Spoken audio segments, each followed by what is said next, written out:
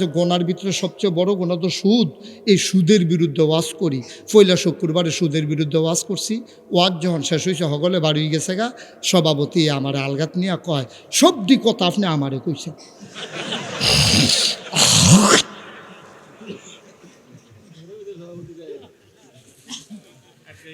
হ্যাঁ, তা আমার দুস্থ কয় হারামও না। আমি আপনার কয়েন করতাম, আমি নিয়তে করছি সুদের উপরে ওয়াজ করাম, আমি আপনার ফেলছি কয়েন করতাম।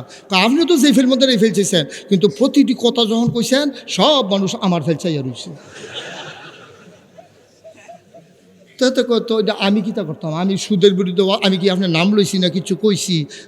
আমি সুদের বিরুদ্ধে ওয়াজ করি, আপনার ফেলছাই থাকলে আমি কিতা করতাম? কয় অবশ্যই কেউ না কেউ কইছে আমি যে খাই।